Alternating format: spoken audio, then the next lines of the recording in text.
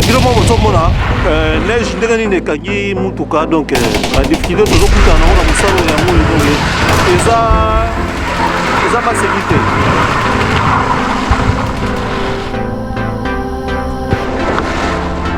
Aïe.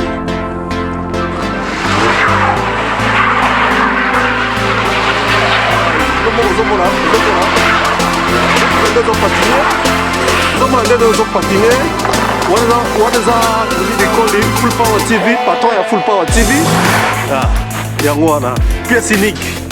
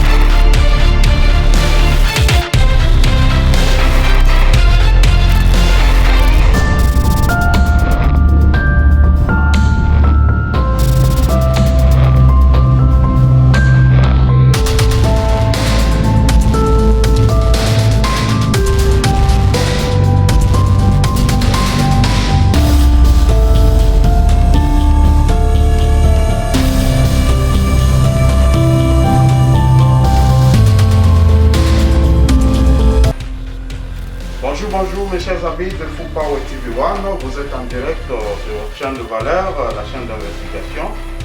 Vraiment, aujourd'hui, on a un invité spécial que vous allez découvrir avec moi. Donc, nous appelons notre invité, s'il vous plaît, papa.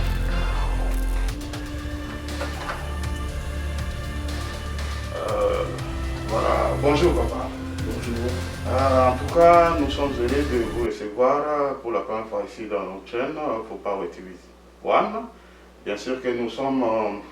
ces beaux cadres que vous nous voyez chez notre invité. Donc voilà, il va se présenter. Et papa, on peut vous connaître, s'il vous plaît? S'il vous plaît, on peut enlever le masque. Parce que ça nous empêche de parler, vous comprenez? Voilà. Ok. Est-ce que nos abonnés de Full Power TV peuvent connaître votre nom? Oui, bon, si je peux me présenter brièvement et court. Moi, c'est monsieur Albert Dadi, dit Mamavungu. Je suis médecin de formation. J'ai fait toutes les étapes, si je peux le dire ainsi. Je fais l'école maternelle, je fais l'école primaire, je fais l'école secondaire, tous à Kinshasa. Je fais les humanités scientifiques, option maths physique. Et je terminais, j'ai passé mon examen d'État à 18 ans en maths physique. J'ai terminé avec 71% pour le belge, 71% pour le français. Voilà, c'est ce que j'ai fait à 18 ans, 71% en maths physique. Et directement, un mois même avant l'apparition de résultats, mon père m'avait déjà inscrit à l'université à la faculté de médecine. Donc j'ai commencé la médecine à 18 ans et demi. Juste après mes examens étaient en août, en décembre, je commençais la faculté de médecine. Et un mois après, en janvier 1996, les résultats sont sortis, ils m'ont trouvé déjà dans la salle de première année médecine. Donc j'étudiais avec les gens qui avaient le diplôme, moi je n'avais pas de diplôme, mais papa savait que je vais réussir. Effectivement, Ça c'est grave. Mon père me connaît depuis que j'étais enfant. Ça c'est exceptionnel. Hein? Donc je ne peux pas parler de tout ce que je fais depuis l'école maternelle ou primaire ou tout ça, mais j'étais quand même parmi les meilleurs élèves chaque année. Et aux examens état, je fais 71% en 1995. Examen état édition 1995, scientifique maths physique. Et janvier 1996, les résultats sont sortis, donc j'étais déjà bref rangé en médecine. Où j'ai passé 10 ans à la faculté, une grande partie à Kinshasa, et les 2 dernières années à l'université de Lumbashi, où j'ai obtenu mon diplôme de docteur en médecine, chirurgie et accouchement en 2005. Waouh! À 28 ans. Ça c'est vraiment exceptionnel. Monsieur le docteur, vous avez dit le nom, c'est encore comment? C'est docteur Albert. Ah, docteur Albert. Donc, docteur Albert, votre vie est un peu exceptionnelle. Comment votre papa peut vous inscrire à l'université sans pour autant obtenir premièrement le diplôme? C'était comment? Pour dire un peu, si tu veux que je puisse un peu le dire, parce que tu m'as poussé à le dire, depuis, pas la maternelle nous étions tous très petits, hein, très jeunes, de 3 à 5 ans, de 3 à 6 ans pratiquement, donc nous étions très jeunes. Donc l'école primaire, c'est là où vraiment mon père m'a découvert, parce que lui-même c'est parmi les premiers magistrats que Mobutu et Kenwado avait pris en 1973, juste après leur diplôme de licence en droit, pour devenir magistrat au pays. Donc, dans le lot des premiers magistrats du pays, mon père figurait. Et il fit si nous comptons ces étudiant. magistrats, il y a le vieux qui est... Il fait je pense tous ces gens-là. Et il fit parmi les étudiants du feu professeur Marcel Liaou. Alors, quand j'ai commencé l'école primaire, j'étais parmi les élèves brillants, depuis la première année primaire, deuxième année et tout. Et là où je plus brillais, c'est en troisième année, je me rappelle, où j'étais premier des classes tous les 3 trimestres. Et en quatrième année aussi, j'ai été chaque fois premier ou deuxième. Et ainsi de suite jusqu'à arriver en sixième, où j'ai été toujours parmi le 5 ou les 10 meilleurs élèves. Donc si j'ai une bonne mémoire, ça veut dire que voir tes prestations. Papa savait déjà, papa savait que je ne veux pas rater mon diplôme. C'était un enfant intelligent. Et puis l'école où j'étudiais, chaque interrogation, on faisait signer aux parents. Donc les parents doivent signer. À l'école, on connaissait c'était une école privée, mais ils connaissaient déjà la signature de chaque papa ou de chaque maman. Si papa signe, ils savent. Si maman signe, ils savent. Donc tu ne peux pas faire autrement. Chaque interrogation de cours de base, mathématiques, physique, chimie, biologie, anglais, français, n'importe quoi, tous les interros se faisaient dans un cahier d'abord et ça se faisait signer par le parent. Absolument. Donc papa a vu le parcours en général et en terminale, en 6e année, il a vu comment je travaillais. En tout cas, il était sûr. Il a même donné la moitié de Minerval. Il savait que c'est à tout prix sûr que je vais réussir. Voilà. Bien répondu, mes chers amis de Full Power TV One, vous l'avez suivi, le docteur Albert. Donc, vous savez, ici, dans cette émission, nous parlons de valeurs. Donc, nous avons devant vous ici le docteur Jean Timba Albert. Donc, voilà. Vous venez de le suivre, c'est vraiment une personne intelligente, donc vous l'avez suivi avec moi. Donc, monsieur le docteur, voilà, nous voulons maintenant entrer à l'essentiel. Donc, ce que nous allons parler aujourd'hui concerne votre domaine. Ça concerne votre domaine comment? La première question que nous voulons savoir par rapport, nous parlons de Covid-19. Et Covid-19, c'est vraiment une situation qui a mis le pays à genoux partout dans le monde. Nous parlons de Covid-19. Donc, qu'est-ce que vous pouvez nous parler, nous dire exactement de Covid-19? Donc, d'après vous, Covid-19, ça veut dire quoi? Donc, Covid-19, pour vous, ça veure dire quoi le Covid-19? Avant de commencer Covid, ça veut dire coronavirus. C'est l'abréviation de coronavirus. 19 parce que c'était découvert en 2019. Au mois de décembre, novembre-décembre 2019 en Chine. On a découvert cela pour la première fois. Pas pour la première fois, mais on a mis 19 parce que c'est en 19 que ça a été, en 2019 que ça a été découvert. C'est coronavirus virulent. Voilà, bien répondu. Vous l'avez suivi. Il y a des confusions. Vous avez suivi le docteur Albert, comment il vient de nous expliquer par rapport à ce qui nous embrouille parfois.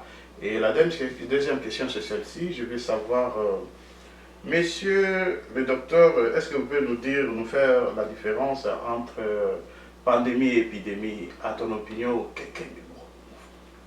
Essayez un peu de nous expliquer parce que ça nous embrouille des fois, donc on ne sait pas faire la différence entre pandémie et épidémie. Ça, c'est votre domaine. Oui, c'est normal, c'est normal. Mais une pandémie, c'est aussi une épidémie. Comment ça? Mais une épidémie n'est pas une pandémie. Mais c'est une pandémie qui est une épidémie. Ça veut dire quoi? D'abord, pandémie, c'est un nom féminin. C'est un nom féminin qui veut dire souvent que c'est une épidémie qui atteint un grand nombre de personnes. Dans une zone géographique très étendue. Très étendue, oui. Donc ça veut dire, c'est pratiquement du niveau planétaire. C'est tout le continent qui est atteint, qui est à genoux face à cela, à cette épidémie. Là, ça prend le nom d'une pandémie. Voilà. Et alors, une épidémie, c'est l'apparition et la propagation d'une maladie infectieuse contagieuse qui frappe en même temps et dans un même endroit un grand nombre de personnes, par exemple. Ça, c'est une épidémie. Et comme épidémie, donc, il y a Coralville, mais c'est pas qu'à Chicago ou ailleurs, il y en a, non. Je vais donner un exemple. Dans un endroit précis, un grand nombre de personnes sont contaminées. Voilà, c'est une maladie infectieuse contagieuse brisque. Et avec proportion rapide, mais ce n'est pas dans une grande zone géographique très étendue comme une pandémie. Mais maintenant... Mais il y a une nuance. Le synonyme d'une épidémie, on appelle ça en français, c'est un contagion. Contagion. Une épidémie, c'est aussi une contagion. Donc, Yeah. ce sont des synonymes. Et puis, chez les animaux, il y a aussi des épidémies qui existent. Yeah. Chez les volailles ou le poulet, Yeah. chez les souris, n'importe quoi, chez les chiens, on appelle ça épizootie. Et nous, épidémie, là, chez eux, c'est épizootie. Chez les Zoologie. animaux, Zoologie, épizootie. Après Z, il y a des os. Wow. Épizootie, là, c'est l'épidémie chez les Qui animaux. concerne les animaux. Voilà. Ouais. Chien, chat ou souris. Et puis, épiphytie. C'est une épidémie qui concerne le plante. Donc, chez nous, les humains, c'est l'épidémie. Chez les animaux, c'est épizootie. Chez le plant, c'est épiphytie. Épiphytie. Oui. Oh, mes chers amis, vous voyez des choses comme ça, vous allez toujours découvrir chez nous, Full Power TV, il n'y a pas ailleurs, donc c'est ici. En tout cas, monsieur Timba, le docteur, vraiment vous nous répondez correctement et nous passons à la deuxième question qui concerne l'histoire de l'épidémie. Donc, est-ce que vous pouvez nous dire, nous parler de cette histoire de l'épidémie, la provenance de l'épidémie? Des épidémies. Des épidémies en général, oui. Voilà. Yeah. L'histoire des épidémies va de pair avec l'histoire de la médecine. Je dis comme ça pourquoi la médecine a commencé depuis l'Antiquité. Les épidémies aussi ont commencé depuis l'Antiquité. Et le père de la médecine moderne, et dont les disciples ont décrit plusieurs maladies, c'est Hippocrate. Hippocrate et Galien sont les deux pères de la médecine, beaucoup plus Hippocrate d'ailleurs, dont nous prêtons serment. Donc ce sont des gens qui ont vécu dans l'Antiquité. À leur époque, il y avait déjà des épidémies. Yeah. Donc dès la plus haute Antiquité, il y a eu des maladies qu'on appelait des fois des mauvais sorts. À ce moment-là, on pensait que quand quelqu'un est malade, ou quand il y a épidémie, ce sont des mauvais sorts. S'il vous plaît, docteur, voilà. Pour ne pas vous interrompre, les maladies de mauvais sorts, là, ce sont des maladies sans cause biologique. Vous ne voyez pas. Quand on non, ça c'était un problème de conception. C'était une conception antique, de l'Antiquité. Ouais, à cette époque-là, il y avait déjà des épidémies. À l'époque d'Hippocrate et des Galiens, il y avait déjà des épidémies. Mais les gens avaient une conception, des croyances. Que non, quand quelqu'un est, quand vous êtes là, au moins et vous, un de nous est malade, sérieusement, on va dire que il a eu des problèmes avec les ancêtres, il a eu un mauvais sort, il n'a pas posé les us et coutumes. Donc c'est dans ce sens-là. Alors, ce sont des histoires, même quand il y avait épidémie dans un coin, ces gens-là ont mal fait. C'est pourquoi on les a punis. Voilà, ça c'est vrai. Alors, il y a eu comme ça, et il y a eu évolution jusqu'à ce jour. Mais il y a eu des civilisations qui ont dû faire face à diverses la succession de civilisations depuis l'Antiquité jusqu'à aujourd'hui, qui a pu faire face à diverses flambées des épidémies. Ça, on ne peut pas ignorer. Par exemple, quand on prend au niveau par exemple de l'Europe, il y a eu la grippe espagnole. Les gens mettaient le masque. Ça, c'est au début du XXe siècle. Absolument. Les gens mettaient des masques comme maintenant avec le Covid. La grippe espagnole en Europe, la peste en Europe, le choléra, la variole, le typhus, la fièvre typhoïde, tout ça en Europe. Il y a eu des célèbres, il y a eu plusieurs années avec de plus tristement célèbres épidémies. Voilà, que j'ai cité. En Afrique, par exemple, nous avons eu Ebola, 20e siècle, le choléra aussi au 20e siècle, le VIH au 20e siècle, les coronavirus. En Amérique ici, le VIH et le Covid-19 aussi. Voilà, c'est ce que je peux dire. Et pour conclure par rapport toujours à l'histoire, et comme nous sommes au mois de la femme, nous devons quand même dire un mot là-dessus. Et puis il y a aussi ici aux États-Unis, il y a une Anglaise qui est née en 1821, une certaine Elizabeth Backwell, qui est première femme médecin ici aux États-Unis. Voilà. Comme c'est le mois de la femme, je profite aussi pour épingler cela. Elle est venue ici, enfant, avec ses parents. Et en 1832, elle était installée ici à l'âge de 11 ans à New York, jusqu'à devenir premier médecin aux États-Unis. Une certaine Elizabeth Backwell, d'origine anglaise. Et puis il y a, depuis l'Égypte antique, dans la 4e dynastie, il y a celle qu'on a appelée, une dame là qu'on a appelée Péséchet, P-E-S-E-S-H-E-T. P-E-S-E-S-H-E-T. Si vous tapez même sur Google, P-E-S-E-S-H-E-T, Péséchette, c'est la première femme médecin reconnue au monde. Elle a vécu dans l'Égypte antique. Donc vous voyez, l'Afrique aussi, c'est vraiment pas... Il n'y a pas eu de gens moins intelligents là-bas. Et puis si nous remontons maintenant du côté Europe, la première femme médecin, c'était une anglaise. 5 ans après, suivie d'une française. Donc ça veut dire que... voilà, pour là c'est toujours pour l'histoire et nous pouvons passer. Monsieur Albert Timba, le docteur, j'ai une question. Vraiment, ça, on va revenir à ce que vous venez de nous dire tout à l'heure concernant une maladie sans cause biologique. En tant que médecin, est-ce que reconnaissez-vous qu'il y a des maladies sans cause biologique? Bon, c'est qu'il faut vraiment dire... vous voyez, il y a ceci. Quand nous étions à la faculté, bon, je vais l'expliquer si vous n'avez pas compris la question. Ça veut dire sans cause biologique, ça veut dire qu'une maladie en provenance peut-être mystique, ça veut dire des maladies comme Bassou, ce sont des maladies sans cause biologique, des maladies comme de mauvais sorts, on peut jeter un mauvais sort à un individu, voilà ce genre de maladies. Est-ce qu'en médecine, j'ai compris déjà. Est-ce qu'en médecine, je ne sais pas, vous avez une idée de ce genre de maladies en médecine? Bon, pour dire vrai, j'ai été à la faculté de médecine du début à la fin, comme je vous ai dit là. Je n'ai jamais appris un cours où on a étudié des maladies, des mauvais sorts. Ça n'existe pas. Ça n'existe pas. Ce que je peux dire, c'est ceci. Dans le cours d'anthropologie médicale, en deuxième année, graduat, nous avons appris qu'il y a la médecine moderne et la médecine traditionnelle. Les deux, il faut tous les accepter. Parce que des part ou d'autres, il y a des avantages comme des désavantages. Parce que nous avons aussi vu de la médecine moderne triompher à un moment donné, et puis la médecine traditionnelle aussi triompher dans d'autres cas aussi. Donc nous devons reconnaître. Le problème avec la médecine traditionnelle, c'est que il n'y a pas de dose, ce n'est pas suivi, ce n'est pas, voilà, au laboratoire, il n'y a pas un suivi réel. C'est que le grand-père a dit au petit-fils, le petit-fils dira à son fils dira au petit-fils, ainsi de suite. Et si ça a donc c'est des choses comme ça. Ce n'est pas vraiment pris en considération comme on fait dans la pharmacologie clinique au laboratoire, dans l'élaboration de médicaments. Voilà. Et puis je pense bien que ce que je peux peut-être dire encore par exemple pour Mbassou, c'est quoi? C'est que Mbassou en fait c'est une maladie. C'est un ulcère. On appelle ça ulcère de Bourili. C'est un ulcère qui est causé par un microbe qu'on appelle le Mycobacterium ulcerans. C'est le même Mycobacterium qui est aussi dans la tuberculose et dans la lèpre. Dans la tuberculose, on appelle ça Mycobacterium tuberculosis.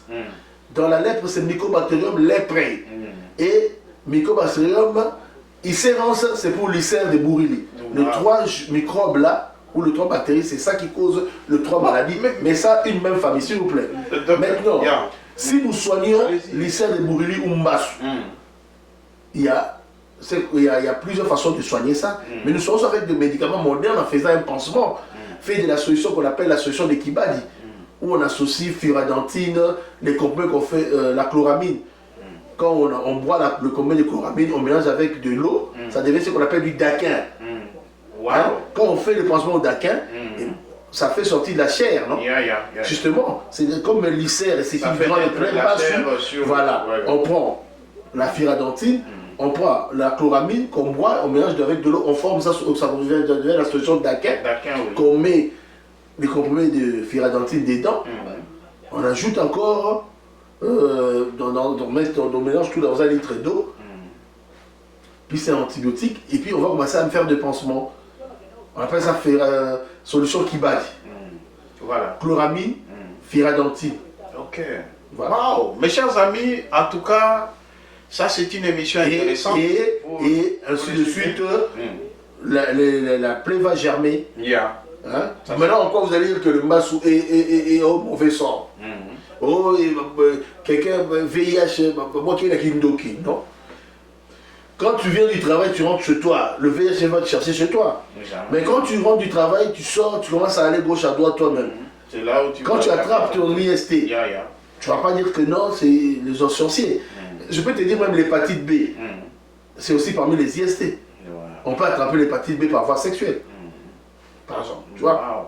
Non, vous êtes éclairés, mes chers amis, sur ce point. En tout cas, il ne faut jamais dire que... Ça, c'est à l'Antiquité, j'ai précisé, à l'Antiquité où il y avait des idées, des croyances. Voilà. Maintenant, nous ne sommes plus dans les croyances. Voilà. Voilà. Donc, la médecine évolue. Donc, vous avez vu comment le docteur Albert a décortiqué... Nous reconnaissons les efforts de la médecine traditionnelle, mais dire par rapport aux croyances là qu'il y a de mauvais sorts, non.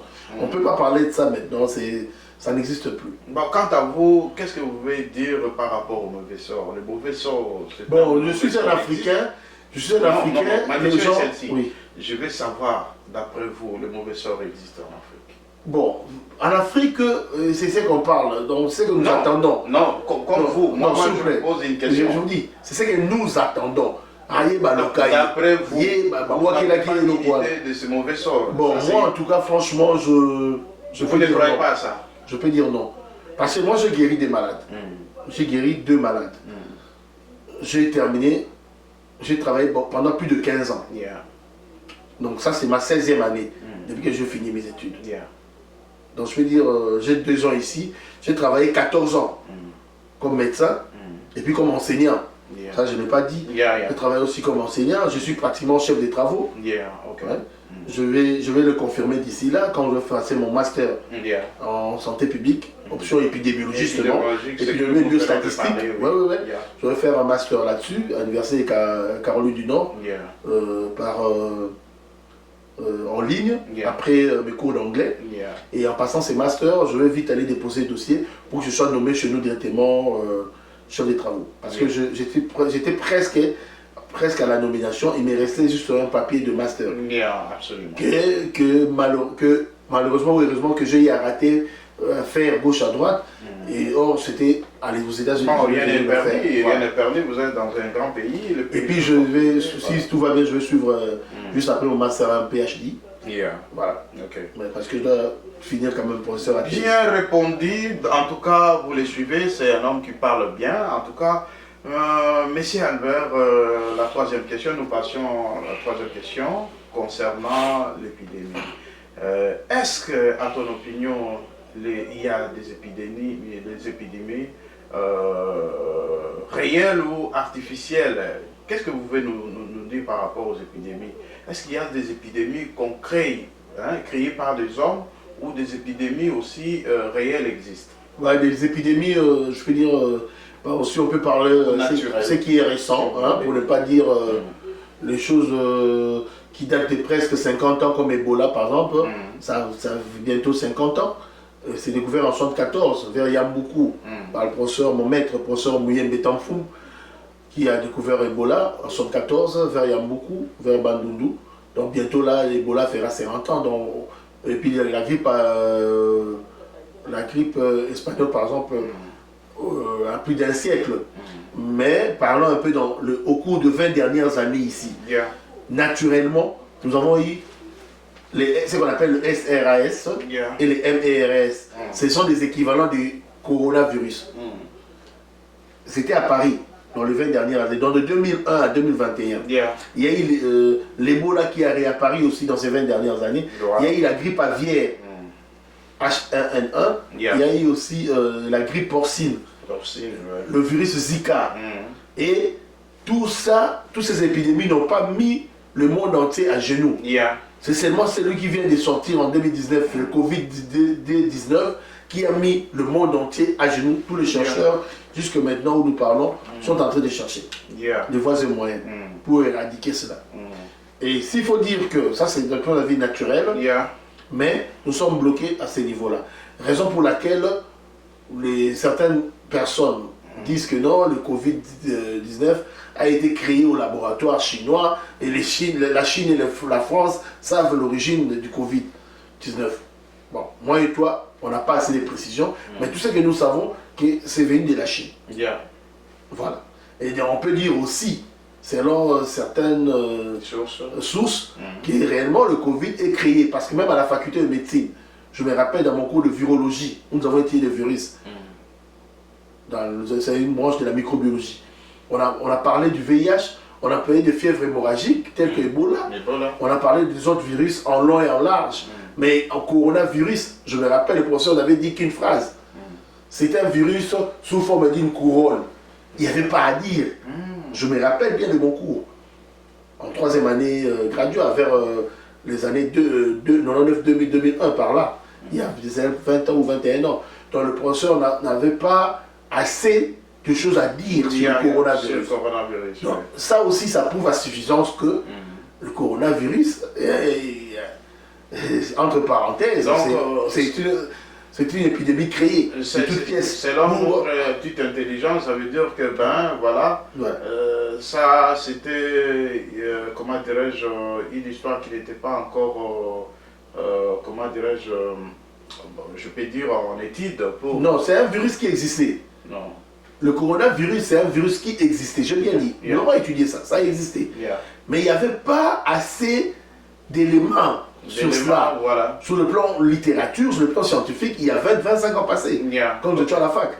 Mais maintenant, il y a des livres et des livres qui sortent sur cela. Il y a des théories qui sortent sur cela. Mais ça montre que ça a été monté de toutes pièces, c'est clair. Bon, en un mot, est-ce que... On a ajouté dans ces virus-là, bref, on a ajouté une certaine virulence. Voilà. Et nous en sommes là où nous sommes maintenant. Waouh.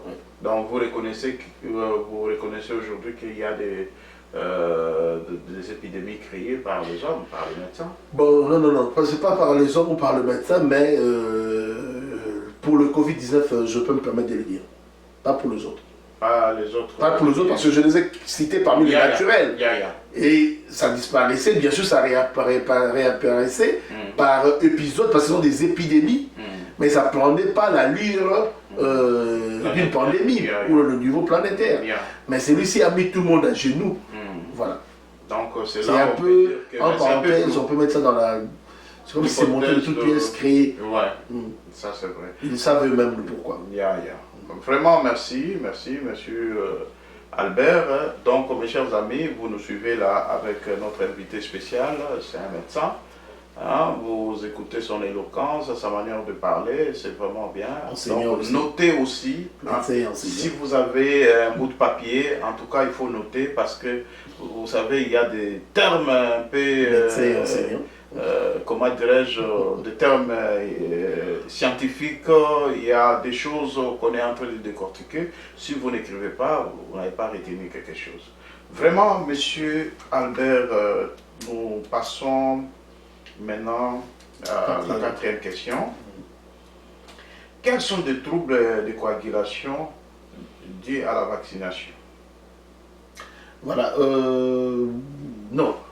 Si je peux vraiment cerner la chose, pour que ça soit clair, il y a eu le vaccin d'AstraZeneca. Ça s'écrit A-S-T-R-A. C'est mot composé. Zeneca, ça s'écrit Z-E-N-E-C-A. Le vaccin d'AstraZeneca, c'est ce vaccin-là qui a causé des troubles de coagulation ou de coagulopathie. Ça s'est passé en Norvège et le Danemark a suspendu cette vaccination par précaution. Et directement, même moi j'ai intervenu sur des réseaux sociaux, par téléphone, parce que le ministre était à Kinshasa, devait commencer la vaccination demain le 15, pendant 4 mois. Or, le lot du vaccin qui est arrivé chez nous, en Afrique et précisément chez nous, c'est l'AstraZeneca. Alors, Dieu merci qu'il a compris. Lui aussi, il a suspendu. Non. Ça veut dire quoi? Ça veut dire qu'il y a eu des cas des coagulopathies, des troubles de la coagulation. Ça veut dire quoi? Il y a eu des malades qui ont eu ces vaccins d'AstraZeneca en Norvège, en Italie et au Danemark. Il y a eu des effets secondaires un peu liés au sang. Par exemple, une tendance accrue au saignement. Coaguler, ça veut dire ça rend le sang en forme de boule. Oui, les caillots, il y a des thromboses qui se forment. Voilà. Maintenant, tu verras que la personne a tendance accrue au saignement. Tu peux lui toucher comme ça, il saigne. Ça peut arriver. Simple toucher. Une plaie, si tu te blesses, il y aura un saignement abondant. Les gens ne vont peut-être pas comprendre. Or, ça vient de ton vaccin là d'AstraZeneca que tu as ici. Et des fréquences saignements au niveau des gencives, au niveau du nez, et puis des saignements au niveau des muscles, et des articulations. Waouh! Voilà. Et il y a un risque accru d'hémorragie cérébrale. Waouh! Par rapport à ces vaccins d'AstraZeneca. Et puis, ce qu'il faut mettre aussi en parenthèse, il y a 1% des gens qui ont un trouble de coagulation congénitale. Il est né avec son trouble de coagulation. Donc il a ce qu'on appelle le syndrome de von Willebrand. Ou bien il a l'hémophilie.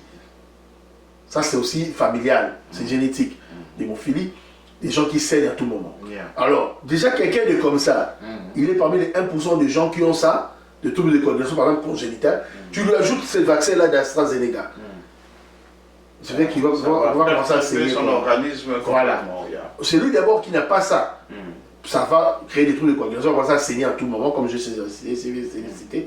Et celui qui a déjà ces problèmes-là dès la naissance, ça va intensifier cette intensifier, effectivement. Ouais. Mais ces troubles de coagulation, par exemple, chez les enfants ou les adolescents, et il y en a, ce qu'on a dit, dans les syndromes de von Willebrand ou l'hémophilie, souvent, ils naissent avec. C'est congénital, surtout chez les enfants et les adolescents. Chez les adultes, ça peut être dû à ces vaccins-là. Or, les enfants, par exemple, ils saignent beaucoup du vœu du nez. Tu vois, on peut découvrir chez les enfants, pas seulement par la vaccination, mais comme les enfants bougent beaucoup pendant leur jeu, voilà, cet enfant, quand on lui cogne un peu, même légèrement, il saigne. Mais c'est quoi ça? Ou bien après vaccination, il met saignement après vaccination. Quand on lui pique là, il saigne. Donc vous sentez déjà que celui-ci, peut-être, ça sera à ce moment-là qu'on découvrira que non, il a l'hémophile, il est né hémophile, ou il a les syndromes de von Willebrand. Mais en général, le trouble de coagulation chez l'adulte a deux volets. Soit pendant l'intervention chirurgicale. Pour ne pas vous interrompre, je vais vous donner la parole. Donc, par rapport aux gens qui saignent, il y a des choses qui descendent sur leur nez et consorts. Est-ce que là, il n'y a pas l'excès, il a beaucoup de sang ou quelque chose comme ça? Je suis en train d'expliquer. Voilà. Je vois, justement. C'est ce qu'on dit souvent en lingala, Asana Makile Bélé. Mais ce n'est pas forcément ça. Quelqu'un qui est hémophile, il saigne même pour un rien. Il peut se cogner, il saigne. Il peut blesser un peu, il va saigner beaucoup. Il a naturellement de troubles de coagulation. Voilà. Il a soit les syndromes de von Willebrand ou bien l'hémophilie. Je voulais dire ceci aussi. Par exemple, pour les adultes, par rapport au trouble de la coagulation, il n'y a pas que ces vaccins-là qui peuvent causer ça. Il y a aussi des gens qui sont nés avec trouble de coagulation, mais qui n'ont pas été découverts soit par inattention pendant qu'ils étaient enfants, et quand ils sont devenus adultes, on doit peut-être l'opérer, quand vous êtes en doit vous opérer, on doit faire doser votre hémoglobine, les taux d'hémoglobine, pour savoir si vous avez suffisamment du sang que vous allez supporter l'intervention du début à la fin. On va faire le groupe sanguin ressources. Au cas où on aura besoin de vous transfuser, pour savoir quel groupe et quelle ressource vous transfusez, dont vous êtes compatible. Et puis on va faire le temps des saignements pour savoir comment vous allez saigner. On prend ça à partir du lobby de l'oreille, en piquant ici au lobby de l'oreille, là où les mamans mettent le boucle d'oreille. Ou alors, on peut faire les temps doser aussi les temps de coagulation. Justement, c'est par rapport avec les taux de coagulation. Tu verras qu'il y a des malades, il fait le temps de coagulation très élevé. Donc vous allez savoir que ce type-là va saigner pendant longtemps. Wow! Vraiment, donc c'est à ces moments-là maintenant, quand par exemple on fait les temps de saignement et les temps de coagulation, l'hémoglobine groupe sanguin ressources pour préparer un malade à être opéré, on regarde plus aussi les temps de coagulation. Si c'est élevé, beaucoup de gens ne savent pas qu'est-ce qu'on fait. On met seulement du calcium effervescent dans un verre d'eau. On donne au malade, par exemple, on retarde un peu de 24 ou 48 heures ou 72 heures son intervalle, il prend un peu de calcium effervescent, même et après un temps, tu verras qu'un médicament contient du calcium d'effervescent. Il les prend matin, soir pendant un temps, tu verras que quand vous allez redoser les temps de coagulation, c'est normal et vous allez l'opérer sans problème. Mais en dehors de ça, chez la dite, on peut avoir aussi actuellement, avec ces vaccins-là, qui peuvent causer les mêmes troubles de coagulation. Voilà, merci en tout cas, bien répondu. Donc, nos chers amis de Full Power TV, vous nous suivez attentivement. Et puis, pour finir, avec les troubles de coagulation, pour finir avec les troubles de coagulation, chez la femme, elle va commencer à régler pendant longtemps et abondamment. Elle va commencer à faire des polyménorrhées. Donc, une femme qui te fait des règles pendant 2 semaines. Et ça coule beaucoup. Ou même pendant 10 jours, et ça coule beaucoup. Wow. Donc, si elle reçoit ces vaccins-là, AstraZeneca, par exemple, ou si elle est hémophile, ou si actuellement, si elle n'est pas hémophile, mais elle reçoit ces vaccins-là, ça peut lui faire ça. Wow. Et puis, si elle est enceinte, il y aura des importantes hémorragies obstétricales pendant l'accouchement. Merci. Passez à la 5e. Voilà. Ok. Maintenant, bien répondu, vous l'avez suivi. C'est vraiment, ça c'est un cadeau pour vous, nos abonnés de Full Power TV One. Il y aura vous d'autres sujets savez, aussi. c'est notre docteur ici aux États-Unis. De temps en temps, il va commencer à passer pour nous éclairer par rapport à nos santé, maladies, et voilà. Je pense que c'est vraiment intéressant pour tout le monde.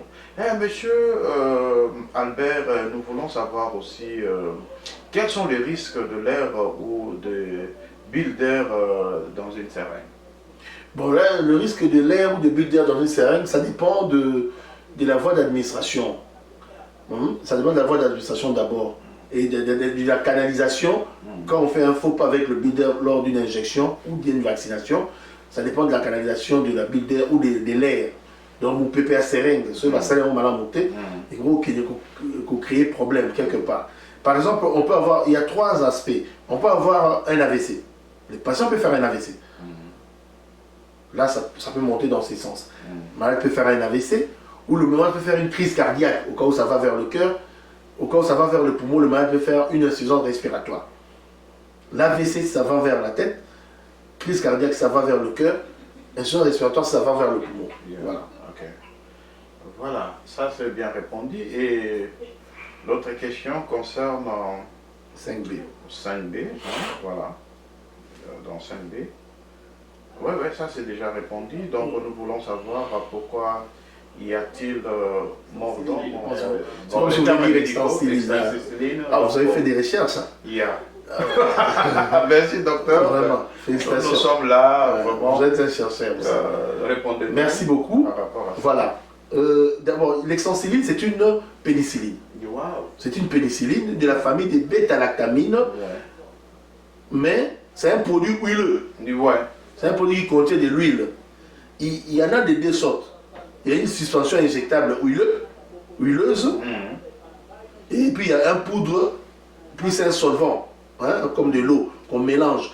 Mais les 2 sortes, que ce soit celle qui est huileuse, la suspension qui est huileuse, et l'autre qui est en poudre qu'on mélange avec de l'eau pour injecter, les 2 se donnent strictement en IM. IM, c'est intramusculaire, là, intramusculaire profond, ou ici. Jamais en IV. IV, c'est Namicissa, au niveau de veine. Non. Quand vous donnez, comme je viens de dire, c'est un produit huileux, quand vous donnez ça en IV, les malades peuvent mourir par embolie graisseuse.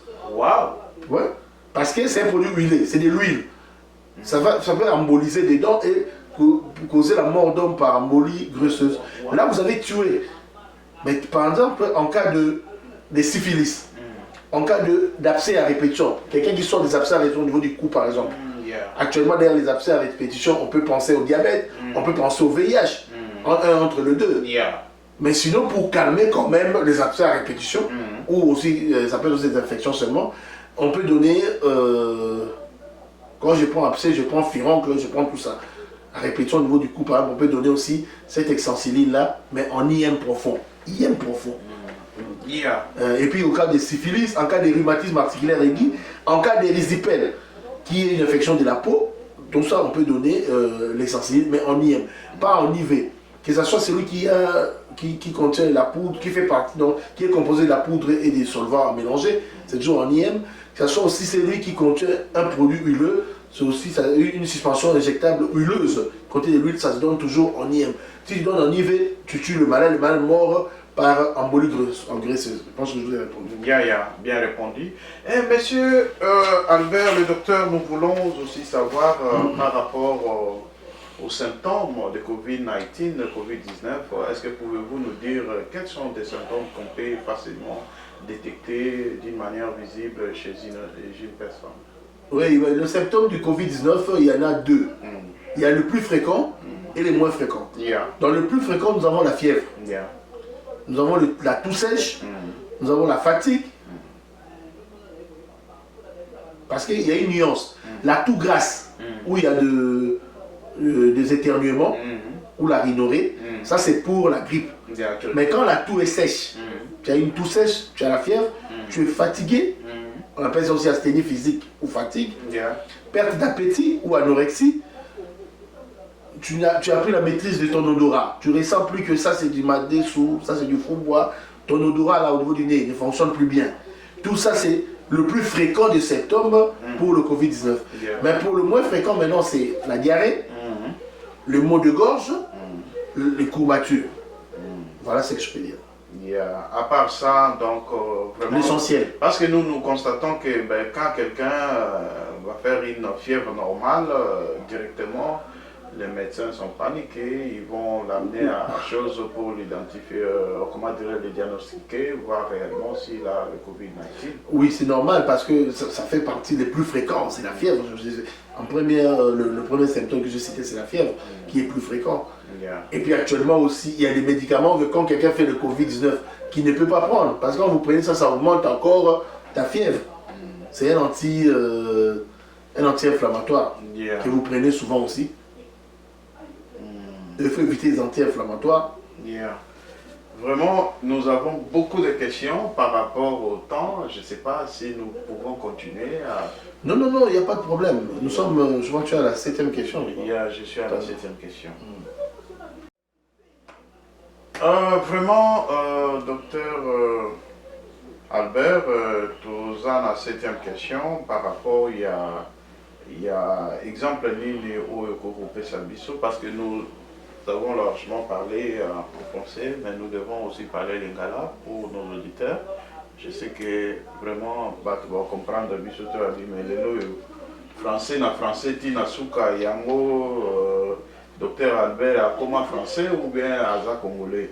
Donc voilà, tu quitter, tu continues dans moi lingala de façon que vous comprendre la bilo comme awa. Donc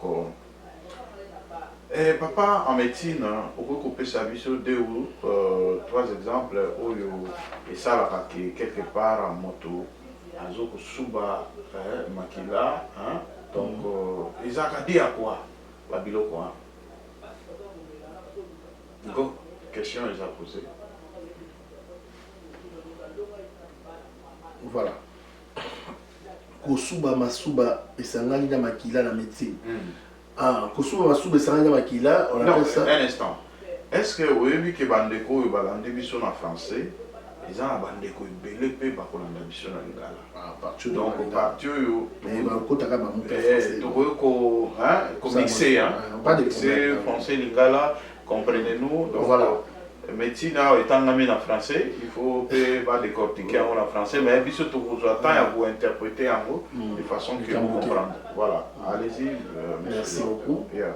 Kosuba masuba esangani na makila, na français on appelle yango émission des urines accompagnée du sang. Comme on ezali hématurie. H-E-M-A-T-U-R-I-E.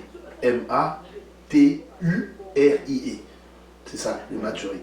Et puis baka ebele moto ko so ba so esanga na makila moi c'est mobali ceux qui ont la fracture au niveau du bassin par exemple mon cou à mon cou bassin oui bukani et vous venez aux ça vessie à mon so ba so esanga na makila moi si sur laquelle quoi ça la fistule soit que dans bota ou quoi ça les moi fistule vésico-utérine et ça les canalisations entre vessie na utérus matrice na vessie ça les moi nzela à mon so ba so esanga na makila et d'ailleurs ils ont même ce qu'on appelle fistule vésico-vaginale entre vessie et vagin.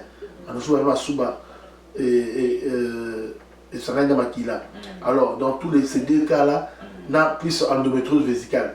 Ceux qui partent, ils ont endomètre le mot de la matrice, dans l'utérus, et qui vont dans la vessie. Chaque fois, la règle, on a salema. Endomètre, c'est desquama, comme il règle. On a fait portion endomètre, ça a vessie. So il règle ça, il y a un peu de makila, et bimim, en dessous, ça makila. Donc, na cas fistule vésico-vaginale, tout endométriose vésicale, tout fistule vésico-utérine, moi, si en dessous, ça a makila, une hématurie cyclique ou contemporain aux règles. Donc, comme ceux qui ont la règle, ils ont souvent makila. So il règle ici, normal. Voilà. Et puis, il y a mon bal, il peut moi si fracture à bassin, dans le baki, mon cou à moi, il faut que ça vessie, le bassin boukani. Ça peut maturer. C'est ma soube ça va qui là. Tout ça africain. Dans ma pathologie tropicale, il n'y a pas la chose qu'on a en Afrique. tokositata misato oyo esolisaka masolisaka na makila bilharziose urinaire okosukola bamai na kimpese kuna omeli baœuf ya baschistosomes hematobium comme baparasite yango wana osusu masolisaka na makila donc bilharziose urinaire comme pathologie tropicale tuberculose urogénitale ezali tuberculose urogénitale oui oui tuberculose à mikou ezali tuberculose osseuse ezali tuberculose pulmonaire ezali tuberculose urogénitale ezali oyo nazoloba sikoyo osala mpe ématuré et puis filariose s'il vous plaît docteur moi vitesse mingi est-ce que tuberculose il y a sexe? Non, il y a sexe, c'était tuberculose urogénitale. Urogénitale, ça veut dire quoi? Urinaire et génitale. Voilà. Comme tuberculose mikoua, ils allaient osseuse. Comme il y a bien tuberculose pulmonaire, ils allaient. On a 98 ans, on a des étudiants. Mais là, qui c'est pendant 8 mois. Donc, mais actuellement, ce qu'on appelle tuberculose, c'est zona. Et comme il y a répétition, c'est qu'on a suspect. Elisa peut être dans la VIH. Mais pour revenir à ce que je disais, c'était les 3 pathologies tropicales autour retrouvées par la africaine. Tuberculose urogénitale, bilharziose urinaire, filariose urinaire, filaire. Voilà. Et puis, Jean Causal, là où il était la cité, donc je pense que c'était comme maladie. Et puis, même dans le niveau barin, polycystose rénale, syndrome d'Alport, syndrome néphritique. Nous sommes dans la maladie barin, où il cause rapé, mouta souba et ça va à la makila. Et puis, sur le quai, on a mis balai, kosu, kokosola, puis on craché makila. Kokosola, puis on craché makila, hémoptysie. H-E-M-O-P. T-Y-P-S-I-E, hémoptysie, n'a qu'à être malade au papa qui s'est guéri à Koufari Nango, embolie pulmonaire. Donc ça va être donc tout c'est caché du sang. Voilà. Ok. Mais il y a Souka, je vais aller au Sanza Makila. Au Sanza Makila, hématémèse. Hématémèse, H-E-M-A-T-E-M-E-S-E. Hématémèse, vomir du sang en cas par exemple d'ulcère gastrique, au niveau estomac, ou bien ulcère gastro-duodénal. Il y a un bateau qui a gastrique, mais il anti-inflammatoire mingi parce que ça va romper le niveau de l'estomac pour créer un ulcère. Et un ulcère un peu plus tard, il peut se perforer et comme on va opérer. Mais maintenant, on a simple gastrite qui est une inflammation, au commissaire ulcère et puis comme ulcère perforé. Et comme on va chirurgie. Voilà, merci monsieur le docteur, docteur Albert. Donc, mais tout ça quand même na sous question par rapport à tout linga qui te posé yo. Comment on a que mon tout les c'était dans quatre émissions à Bisso. Donc mon tout les mais tout d'ailleurs quelque part ce qui te le dit que tout peut ça mingi biberon na pasteur na pardon docteur Albert population et que le balabiso full power TV yo ndengeni OK pour ça l'émission et à collaboration.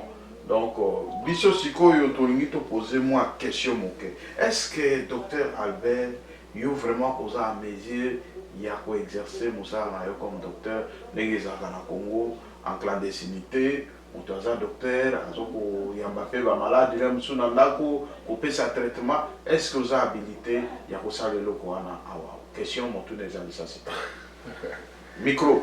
Bon, écoutez, Nazali charlatan, Nazali médecin assermenté, j'ai enseignant à la niveau université et je ne peux pas faire du n'importe quoi. Tu vois, ici nous sommes dans un autre pays, dans un autre continent. Un instant. Oui. Ce qui n'a le bongo et le au télévision, ils allaient bisika en communication qui n'est que ma casse. Bato ndenge bazolanda yo bakolanda na monde entier. Bato mususu bayeba kaka ke bazomona moto ordinaire ou ba capacité ou full power TV à BMC. Peut-être certaines personnes seront scandalisées à comment mais moto moko boyeni et tout ça là au moni que quelque part na compréhension à bande comme mususu akoki koya wa bi ngape na za moi maladie ni tout ça là na bon le cola docteur alobaki ke ye mpe aza moto oyo atali makambo ya accouchement na nini ale kota na mwa chambre moko boye na sali yo mpe nini tosala est ce que yo okoki kosala pratique wana motuna eza lisasi na mokuse nango baboye toza na pays mosusu epuis na continent mosusu bien sûr epai na biso nazali médecin arresa na ordre national de médecin naza diplômé na l'université ya Lubumbashi. Je donne aussi cours aux infirmiers, aux laboratoires, j'encadre des étudiants en médecine. Bref, je ne peux pas me permettre, il y a que ça, en désordre. Awa, il faut d'abord anglais. Après anglais, vous avez dossier pour traduire en anglais. Et puis après, côté là, on exerce ça comme médecin. On respecte les normes, on passe par test et nous on appelle ça. Ce qui peut être, on a une formation similaire, on a ça par rapport à niveau au combat qui est dans l'eau. On a un dossier, on a un conseiller, on a un hôtel, on a positionné. Mais ça, les ça a mais je conseille les gens, quand les gens ont des problèmes de santé, quand ils viennent chez moi, je ne dis pas que je le soigne, non. Mais je donne des orientations. Ah non, on va voir un dermatologue. On va voir un oraliste. Donc, on t'a dépend tel médicament, oui, prends ça, c'est bien. Voilà. Des conseils et des orientations, comme ça d'emblée, entre nous, Congolais, entre nous, Africains, parce qu'il va y voir un peu sur la langue, il y a Camerounais et autres.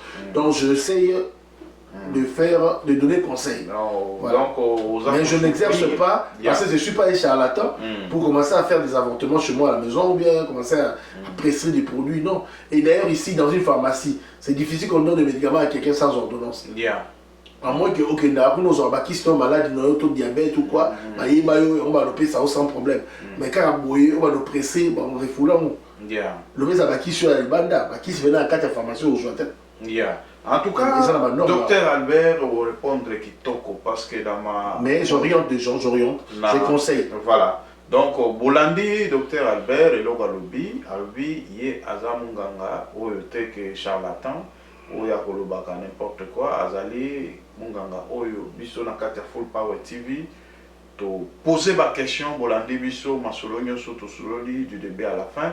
Tous allez battre le domaine de termes, vous avez terme, terme scientifique, terme sous concerné par Munganga. Biso vraiment to maîtriser en malam mais te poser la question à haut to coquille. Vraiment boyo kindenge pe à répondre biso. Bande coupé baza ba médecin ou ba Rolanda biloko yo. Ce qui que bon monique quelque part biloko yo de konabino ou ya lobby collègue na bino par rapport à façon expliquer biso s'occuper à lobby malamote bino télévision eza bino qui peut ça droit de réponse pour nakoyeba parce que émission na biso yo eza na tribunal eza non pas pour na juger bato eza nde pour na ko animer ko luka koyeba ko recruter ou bien ko récolter ba valeur na kati ya bisika auto famille na kanisi toleki sikoyo na 8e question pour avoir tout ça vraiment na makambo makasi. Voilà, toujours na docteur pour na makambo etali toujours bokolongono banzoto ya moto parce que to yebi ke bande ko ebele ba bakate nzoto nanga ezo ko fonctionner ndenge nini vraiment toza na ba question ebele to préparer pour na kotuna monganga. Est-ce que docteur Albert okoko yebisa biso vraiment que entre moi si na mobali zana pourcentage ya makila ndenge moko mobali azana combien de litres ya makila moi si azana combien de litres ya makila na kati ya voilà l'homme a 5 à 6 litres du sang. 5 à 6 litres. 5 à 6 litres du sang. Là, normalement, on a 5 à 6 litres du sang. Et la femme a 4 à 5 litres du sang. Parce qu'elle a ses menstruations chaque mois, et ça là, makila a baissé quoi, par rapport à l'abusson. Si quoi autour le makila à moi si ceux qui par exemple tous en ont la question le bio est-ce que makila à moi si pour ceux qui moi si abandonné dans la période n'a été malgré qu'elle a déjà adulte maintenant abandonné bon tout le âge adulte maintenant nous tout le monde comme il a âge adulte mais avandi la période n'a été ouvert dans la complication et ma période est-ce qu'il y a un banda à perdre de makila? Oui, mais bon, en principe, ma règle est on va trouver des règles, les arrêts ébélés. Et là, on va bien en espagnol minoré, donc règle est trop espacée. À régler le 2, en régler soit après 35 jours. Tu vois? Il y a ma règle peut trop rapprocher Zali, ma règle peut abonner Zali, et avec beaucoup de jours, bref, il y a toutes des règles ébélées. Mais on a toujours quelque chose avec qui juste qu'on paye ça, un nombre de litres de sang, et pas moi c'est un bal. Et pourquoi moi c'est dans la 4 à 5 litres, légèrement bas par rapport à l'homme qui a 5 à 6 litres. Voilà. On a payé ces raisons parce que moi c'est vraiment à menstruer chaque mois. Moi, perds-toi. Okay. Voilà. Yeah. Mais c'est quoi elle perd plus du sang. Yeah. Ok. Ah, ça c'est bien répondu. En tout cas, vraiment, question de. Il y a moins on a 5 à 6 litres du sang. Effectivement, on perd dans l'accouchement tant qu'on signé sur le moment. Mais pendant qu'elle est enceinte à Mataka, on a 5 à 6 litres. Mais en temps normal, la femme a légèrement un taux bas du sang par rapport à l'homme. 4 à 5 litres et l'homme 5 à 6 litres. Avec les menstruations et tout. Ok. Donc, l'équipe n'a. Par rapport à mon domaine, et que je serai au pays d'ici là incessamment pour l'ouverture de ma fondation. Vous avez une fondation Dr Timba, oui. Dr Timba Albert. Je vais descendre au pays pour l'ouverture de ma formation, prendre le papier, tout ça, parler avec mes avocats, et puis après lancer ma fondation. Ça devait être un ONG, mais mon avocat m'a conseillé que ça soit une fondation, plutôt une fondation que ça. Bon, ça sera vraiment quelque chose plus pour aider les pauvres. Mais comme projet, c'est l'ouverture d'un centre médical moderne, d'une centaine de lits. On va aller peut-être jusqu'à 100 ou 120 lits, ça dépend de la grandeur du terrain qu'on aura. Et puis, en dehors de l'aspect santé, il y aura aussi l'aspect agriculture et puis l'aspect éducation, comme j'ai enseigné aussi, probablement former une école pour les infirmiers et des laboratoires.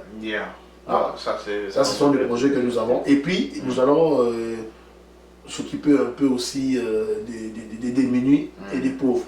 Et en plus, dans ces lots-là aussi, nous avons aussi à mettre un accent sur la gériatrie. Parce que nous remarquons que chez nous, on ne s'occupe pas trop des gens du troisième âge. Ils sont délaissés tous quand ils n'ont pas d'enfants ou s'ils n'ont pas de ressources. C'est vraiment triste. Alors, nous allons voir un peu ce qui se passe ici dans le domaine des gériatries pour les personnes du troisième âge. Dans notre centre médical, plus tard, il y aura aussi quelque chose comme ça pour les enfants malnutris ou bien pour les personnes de troisième âge négligées. Mais vous ne craignez pas qu'actuellement il y a beaucoup des ONG, il y a beaucoup des associations et ainsi de suite. Si vous ajoutez encore votre association, vous ne voyez pas que, je ne sais pas... Non, mais nous sommes aujourd'hui résidents aux États-Unis, chacun a ses contacts, chacun a sa chance. Moi, je n'ai pas peur de ce que les autres font. Je n'ai pas peur de ce que les autres font, je suis médecin. J'ai une expérience, j'ai travaillé beaucoup en Afrique, depuis plus de presque 15 ans. Je suis venu ici, là-bas j'étais toujours dans l'enseignement et à l'hôpital. Surtout plus avant de venir, j'étais médecin urgentiste, j'ai travaillé avec les ambulances pour s'occuper de tout ce qui est accident en RDC, catastrophe. Et on descendait avec l'équipe, avec une ambulance médicalisée. Et puis on s'occupait aussi de tout ce qui était comme épidémie, même à l'Est, là-bas, Ebola, tout ça, Covid, tout ça. Même pendant que je suis ici, les amis continuent la lutte. Donc c'est ça. Bref, c'est que pour vous dire, moi je ne regarde pas ce que font les autres. Moi je fais ce que je suis en train de faire.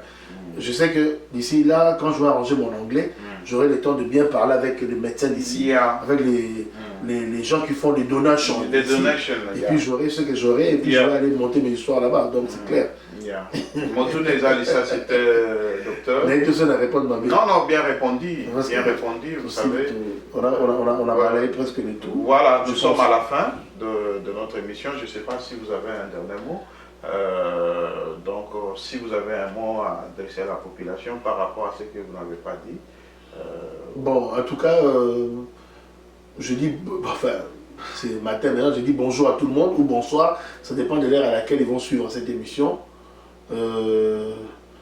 Merci à toi aussi pour m'avoir prêté ton plateau, pour m'exprimer.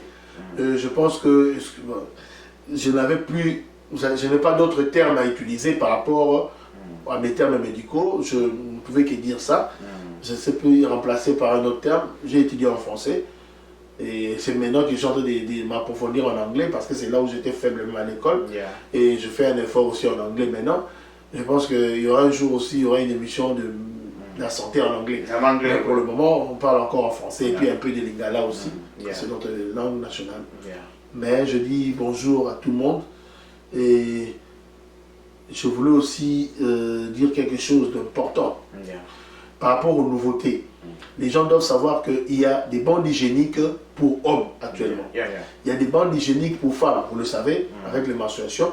Mais les bandes hygiéniques que nos femmes, nos soeurs utilisaient, ou nos mamans utilisaient depuis Kinshasa, même jusqu'ici, la plupart leur donnent des infections et des cancers du col. Mais il y a maintenant des meilleures bandes hygiéniques qui sont sorties qui les épargnent de cela. Non, on aura des échantillons sur... Oui, non, ça c'est de un. Et deuxièmement, il y a des bandes hygiéniques pour hommes. Pas pour faire des règles, parce que l'homme ne voit pas ses règles, mais ces bandes hygiéniques, les hommes vont commencer à mettre ça pour qu'il y ait des rayonnements qui vont aller au niveau de la prostate, pour leur éviter les cancers de la prostate ou l'adénome de la prostate. Donc, je suis en contact avec des gens en Belgique qui veulent me fournir ces bandes hygiéniques, hommes et femmes, pour la vente ici. Et puis, pour finir, il y a aussi des produits qui sont considérés ici aux États-Unis comme comment dire,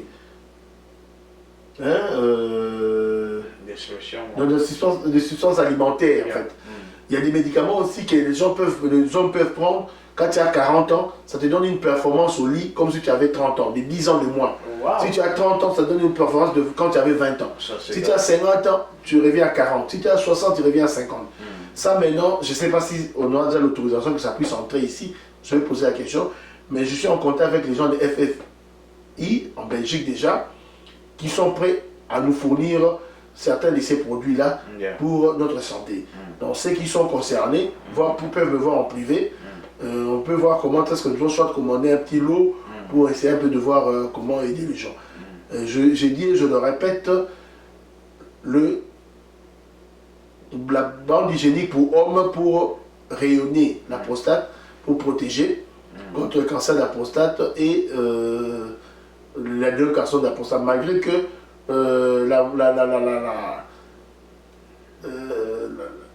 la baisse de la fréquence des rapports sexuels est aussi incriminée actuellement par rapport au cancer de la prostate, mais il y a moyen quand même de chercher certaines voies et moyens pour se protéger parce que c'est une maladie assez dangereuse.